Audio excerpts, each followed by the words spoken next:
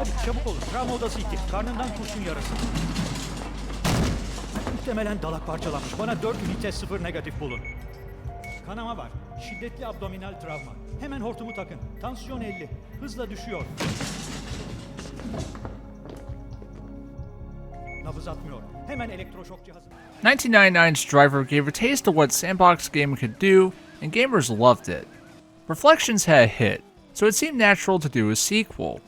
The following year, Reflections released Driver 2, which let players explore levels on foot and behind the steering wheel. Reception was mixed, but it was a commercial success, so a third entry was all but guaranteed. And then GTA 3 happened.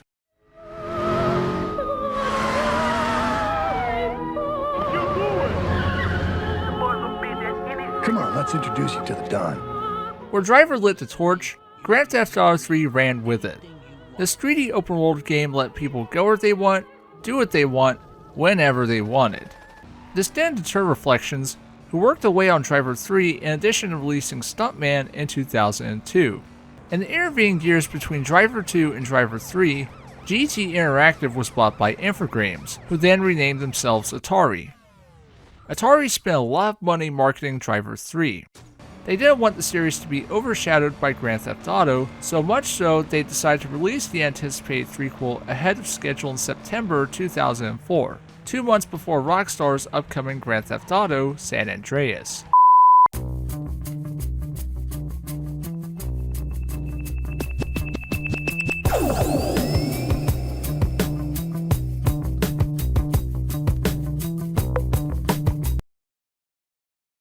Despite the hype, Driver 3 was considered a mixed bag by some and a disappointment by others.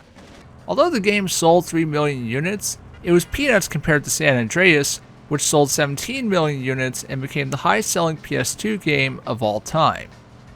Not helping matters was Drivergate, a scandal in which Atari had sent early copies of the game to different outlets in exchange for favorable reviews. The underwhelming reception and lengthy development time led to Reflections founder Martin Edmondson leaving the industry for a few years before returning to work on Driver San Francisco. Over the years, I heard differing opinions on Driver 3. Some said it was amazing, others said it was forgettable. Is Driver 3 a misunderstood masterpiece, or does it hold up as well as a Pinto?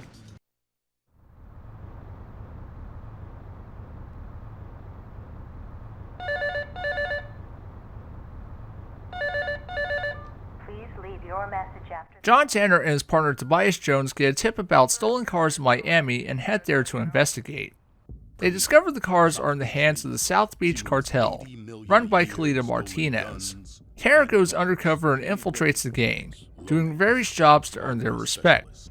The gang ends up in Nice, where Tanner learns Khalida is working with Charles Jericho, Solomon Kane's right-hand man. In between the second and third game, Jericho murdered his boss and took over Kane's criminal empire. Determined to stop him, Tanner and Jones head to Istanbul, where they team up with Internal Affairs to disrupt Jericho's operation. The Gator's still alive. He's been sighted down at Coconut Walk. Get to him before Jericho. They're gonna take him out. What does the Gator know? He knows who Jericho's selling the cars to. Driver 3's flashy cutscenes and ample star power can't hide how paper-thin the plot is. It's another undercover cop story filled with double crosses and high-speed car chases, but what it lacks is stakes. The first Driver started simple but gradually escalated things. It went from helping burglars make a getaway to protecting the president from assassins. Driver 3's plot centers around Jericho and the stolen cars, but we never learn why Jericho wants them. It's mentioned he intends to sell them to Russia, but the game never elaborates on this. This may be a globe-trotting adventure, but it's hard to stay invested when we don't know what's at stake. Driver 3 uses style to hide what little substance there is. Henri Vauban, department head liaising on international crime, lost 2 fingers working undercover in his 30s, and no one knows how. The cinematics are expertly directed, featuring lots of meticulous camera work and well-timed licensed music that sets the scene perfectly. I also like how they included exotic locales like Nice and Istanbul. It's a welcome change of pace from the usual London, New York, or Chicago settings. Driver 3's cast of cops and crooks is voiced by Hollywood big names like Michael Madsen, Ving Rhames, Michelle Rodriguez, and Rogue Warrior's Mickey Rourke. Despite the star power, the characters are forgettable. Tanner may be a seasoned veteran working with the FBI, but he makes some rookie mistakes during the game. Without spoiling anything, let's just say the ending sees Tanner laying his guard down during a situation where his guard should stay up. It got messy. Bacchus took a hostage, so there's me waiting on backup, keeping Tanner from going in and dragging Bacchus out on his own when the situation comes to a head. Driver 3 is an open-world experience where you can choose to complete the story in undercover mode, or mess around and take a drive. With this being the third entry and the first on 6th-gen consoles, the series' gameplay has taken 2 steps forward and 2 steps back. First, the good. The driving is as excellent as ever.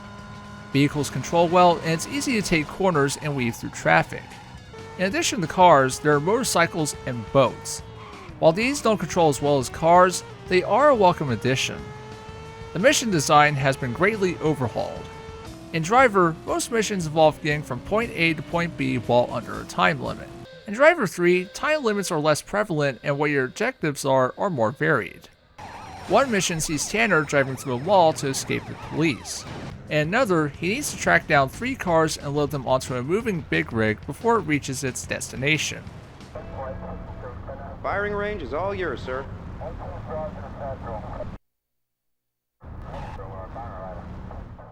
The on-foot gameplay has been expanded upon. In Driver 2, Tanner could get out, walk around, and steal other cars. Back in 2000, this was mind-blowing.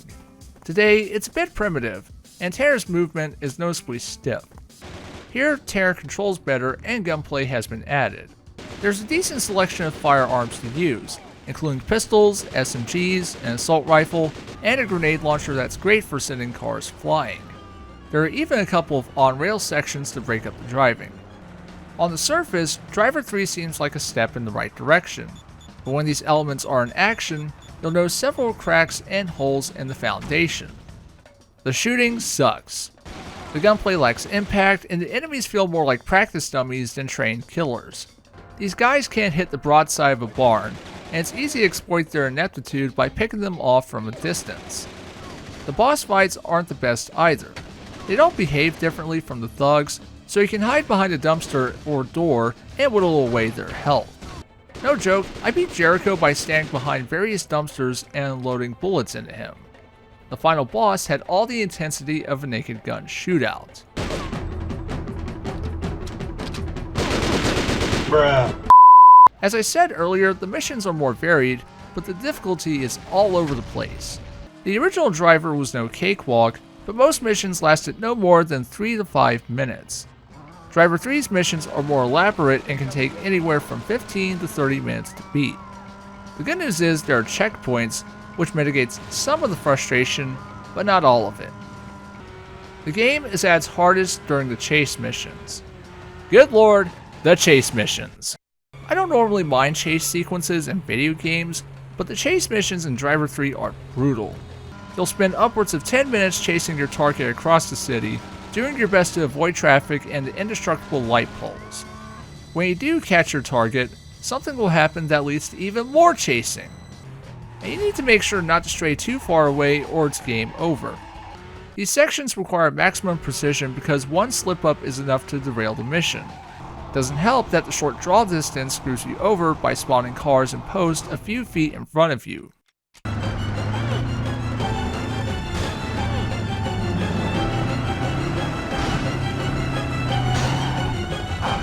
God damn it! These missions are Driver 3 at its most frustrating. There's hard, and there's unjustly difficult for the sake of being difficult. I had to take a break from the game to calm myself down.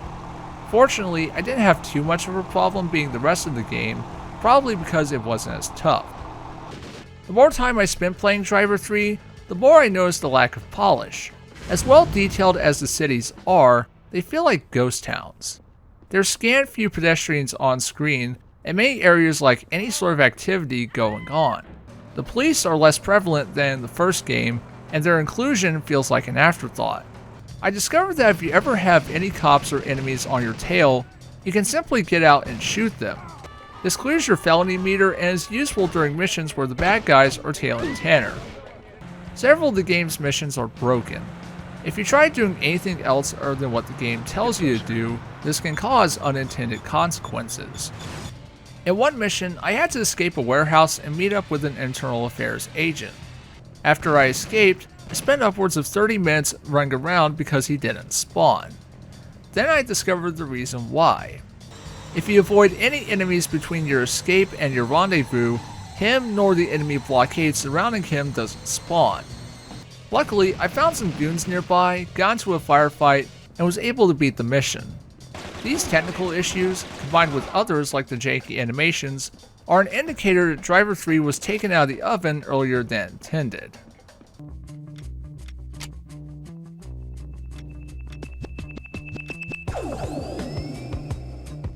Besides the story, there's challenges and Take a Ride. The challenges include survival, checkpoint race, takedown, and more. Take a Ride is a letdown. It's a playground with not much to play around with. You can drive around, search for hidden cars, or find the 10 Timmy Vermicelli hidden in each level. This was fine during the PS1 days, but this is the PS2 era, a time when other open world games, Grand Theft Auto included, offered a lot more beyond the story. Reflections should have integrated the story, challenges, and Take a Ride all into one mode instead of separating them. This may be next gen, but Driver 3's design feels last gen.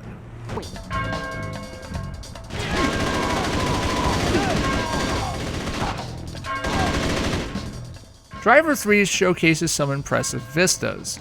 Each location is well detailed, and you can tell Reflections put a lot of time and effort into making Miami, Nice, and Istanbul as authentic as possible. It's just a shame these magnificent worlds are so devoid of life. The draw distance is so short, cars and pedestrians often fade in a few feet in front of the player. And as I discussed earlier, the game is littered with glitches. The voice acting is solid, despite the weak script, and the music is excellent. The licensed soundtrack features songs from artists like Iggy Pop, the Ravenettes, and Syntax. It's an impressive soundtrack and the in-game music is just as good. The eerie ambience sounds like it was ripped straight from a John Carpenter flick.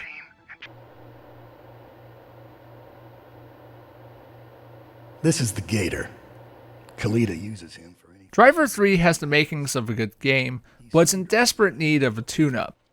The impressive cinematics can't hide how paper-thin the story is, and though the driving is solid, the rest of the gameplay is unsatisfying. The shooting is subpar, the difficulty is inconsistent, and there's not enough sand in the sandbox. I can see why this game has a following.